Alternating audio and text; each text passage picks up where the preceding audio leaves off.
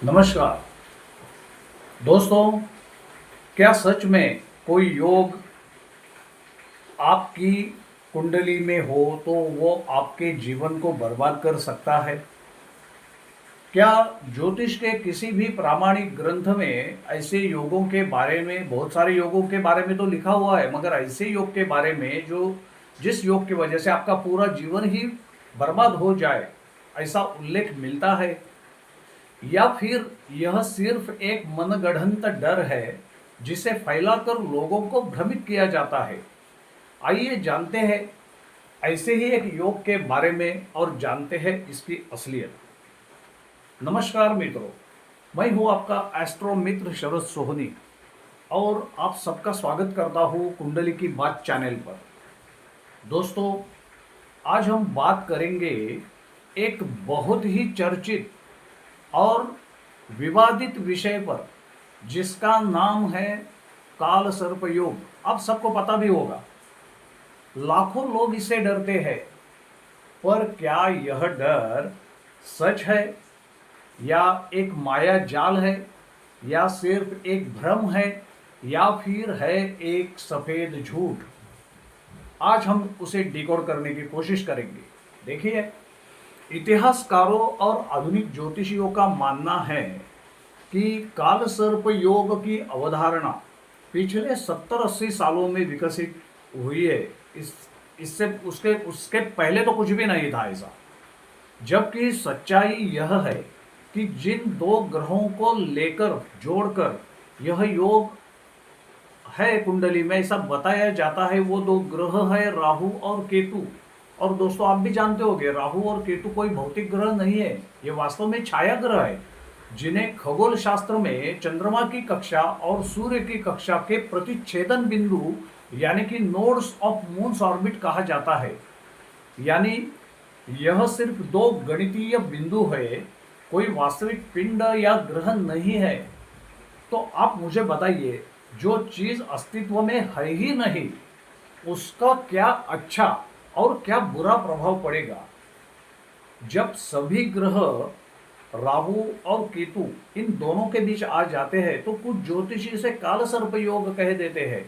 और कुंडली में तो 12 भाव होते हैं, तो इन 12 भावों को लेकर 12 तरह के इन्होंने काल सर्प योग बना दिए, जैसे कि अनंत काल सर्प योग, कुलिक काल सर्प योग, वासुकी काल सर्प योग और बहुत सारे। अगर इन सभी ग्रहों को बिंदु मानकर एक रेखा खींचकर सांप जैसी दिखने वाली आकृति जो बनेगी, उसे जीवन की परेशानियों से जोड़ देना वैज्ञानिक और शास्त्रीय दृष्टि से सही नहीं है, ऐसा मेरा मानना है। इसलिए इस विषय पर मुझे वीडियो बनाना चाहिए, ऐसा मुझे लगा, ताकि लोगों को इसकी असलियत का पता चले और उनका भ्रम दूर हो जाए।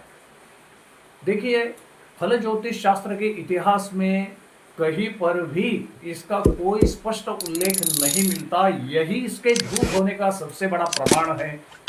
अगर हम देखें, पराशर जी ने लिखा हुआ ग्रंथ बृहद पराशर होरा शास्त्र, मंत्रेश्वर जी ने लिखा हुआ ग्रंथ है फल दीपिका, वैसा ही वैद्यनाथ दीक्षित जी ने भी लिखा हुआ ग्रंथ है जातक पारिजात, कल्याण वर्मा जी ने बहुत सारे ग्रंथ लिखे, एक ऐसा ही ग्रंथ है सारावली, वाराह मिहिर ने बहुत सारे ग्रंथ लिखे हैं, जातक अलंकार है, बृहद जातक है, बृहद संहिता है, लघु जातक है, बहुत सारे ग्रंथ है और भी बहुत सारे मान्यता प्राप्त ग्रंथ है, जैसे कि मूर्त चिंतामणि हुआ। तो इन जैसे फल ज्योतिष शास्त्र के प्राचीन से प्राचीनतम और मान्यता प्राप्त ग्रंथों में से किसी भी ग्रंथ में काल सर्प योग का सीधा उल्लेख नहीं है, इसकी कोई व्याख्या नहीं की गई है और ना ही इसे स्पष्ट रूप से परिभाषित किया गया है। यहाँ तक कि जो वेदांग ज्योतिष और फण ज्योतिष जैसा विषय है, उसमें भी इसका कोई उल्लेख नहीं मिलता। बताइए। हाँ, जहाँ तक मेरे याद है, एक लेखक है जिनका नाम है बी रमन।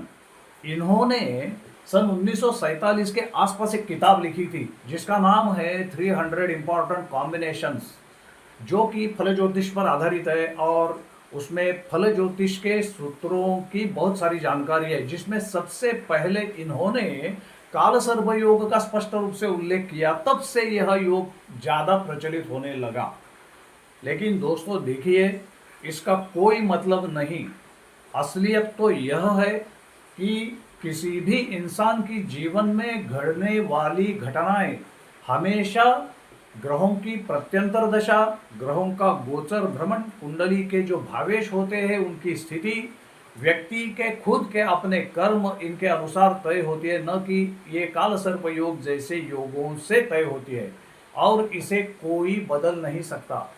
देखिए, भगवान श्री कृष्ण ने भी गीता में यही कहा है कि कर्म करो, फल की अपेक्षा किए बिना कर्म करो, यानी अच्छे कर्म करो, आपको अवश्य ही उसका फल जरूर मिलेगा। तो मित्रों, इस सारे विवेचन से यह स्पष्ट और साफ हो जाता है कि काल सर्प योग ऐसा कोई खतरनाक गंभीर योग नहीं है, ये भ्रम है, माया जाल है, एक सफेद झूठ है, क्योंकि इसका कोई शास्त्रीय आधार नहीं है। और अगर आपको कोई कहता है कि आपके जीवन की सारी परेशानियां काल सर्प योग से है, तो समझ लीजिए वह सिर्फ आपको डराना चाहता है। सच्चाई तो यह है कि आपकी मेहनत, अच्छे कर्म और सही दिशा आपके भाग्य को निश्चित रूप से बदल सकते हैं। और दोस्तों, यही तो जीवन का सार है। तो आज के लिए इतना ही।